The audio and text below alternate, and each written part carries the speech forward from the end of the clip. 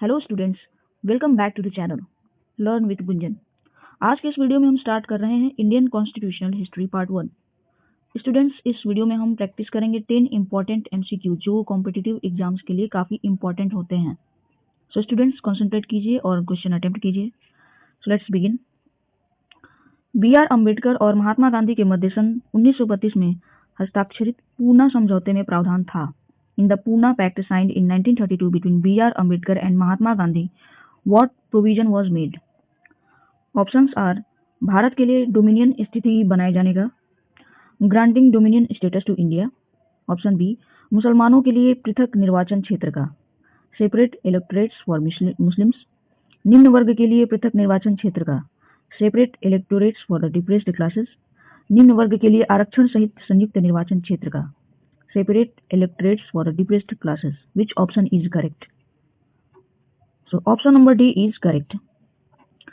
अगले क्वेश्चन पे मूव करते हैं। सेकंड क्वेश्चन इज, वह कौन सा अधिनियम था जिसने भारत में सत्ता ब्रिटिश ईस्ट इंडिया कंपनी से ब्रिटिश क्राउन में स्थानांतरित की थी? Which act transferred power in India from the British East India Company to the British Crown? Options are: option A, Bharat सरकार अधिनियम 1833, government of India act 1833। Option B, Bharat सरकार अधिनियम 1835, government of India act 1835। Bharat सरकार अधिनियम 1947, government of India act 1947। Option D, Bharat सरकार अधिनियम 1858, government of India act 1858।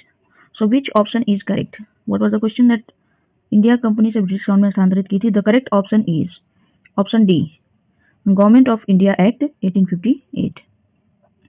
Move करते हैं नेक्स्ट क्वेश्चन पे। द नेक्स्ट क्वेश्चन इज, निम्न में से किस अधिनियम द्वारा भारत के गवर्नर जनरल को अध्यादेश जारी करने की शक्ति प्रदान की गई? Under which act was the governor general of India given the power to issue ordinances? Your options are: option A, charter act 1833, charter act of 1833। Option B, भारतीय परिषद अधिनियम 1892, Indian councils act of 1892। Option C, भारतीय परिषद अधिनियम 1861, Indian councils act of 1861, भारतीय परिषद अधिनियम 1909, Indian councils act of 1909। So which option is correct? The correct option is option C, Indian councils act of 1861। Move करते हैं नेक्स्ट क्वेश्चन पे। The next question is, यह सिद्धांत कि स्वतंत्र भारत के लिए नए संविधान को तैयार करना मुख्यतः खुद भारतीयों की जिम्मेवारी होनी चाहिए, पहली बार निम्नलिखित में से किस एक में स्वीकार किया गया था? The principal that the framing of a new constitution for independent India should be primarily the responsibility of Indians themselves was accepted for the first time in which of the following? So the options are: option A, Bharat सरकार अधिनियम 1935, government of India act 1935। Option B, Linlithgow का अगस्त प्रस्ताव, August offer of Linlithgow. Option C, Cripps प्रस्ताव। Option D, cabinet mission. So which option is correct? Option B, Linlithgow का अगस्त प्रस्ताव, August offer of Linlithgow. Now move to the next question. Question number 5, regulating act पारित किया गया। The regulating act was passed in option A 1773 ईस्वी में, 1785 ईस्वी में, 1793 ईस्वी में, 1771 ईस्वी में। Which option is correct? The correct option is option A 1773 AD में। Let's move to the next question. Question number 6, Bharat के गवर्नर जनरल को किस एक्ट के द्वारा अपनी समिति के निर्णय को अस्वीकार करने का अधिकार मिला? Under which act did the governor general get the right to override the decisions of his council? Option A 1773 का रेगुलेटिंग एक्ट। ऑप्शन बी 1784 का Pitt's India act, it's not Pitt India, it's Pitt's India. Option C 1786 का amendment act. Option D 1813 का charter act. So which option is correct? Correct option is option C 1786 का amendment act. Let's move to the next question. Question number 7, Pitt's India act किस वर्ष पारित किया गया? In which year was Pitt's India act passed? So the correct option is 1784। Let's move to the next question. Question number 8. निम्नलिखित में से किस अधिनियम को मॉर्ले मिंटो सुधार के रूप में भी जाना जाता है?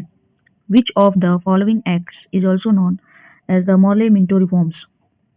ऑप्शन ए भारतीय परिषद अधिनियम 1909 Indian councils act 1909। Option B भारतीय परिषद अधिनियम 1892 Indian councils act 1892।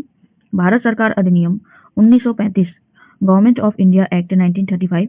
Option D Bharat सरकार अधिनियम 1919 government of India act 1919। So which option is correct? The correct option is option A, Indian Councils Act 1909. Now the next question is Minto मार्ले सुधार का उद्देश्य क्या था? What was the main objective of the Morley Minto reforms?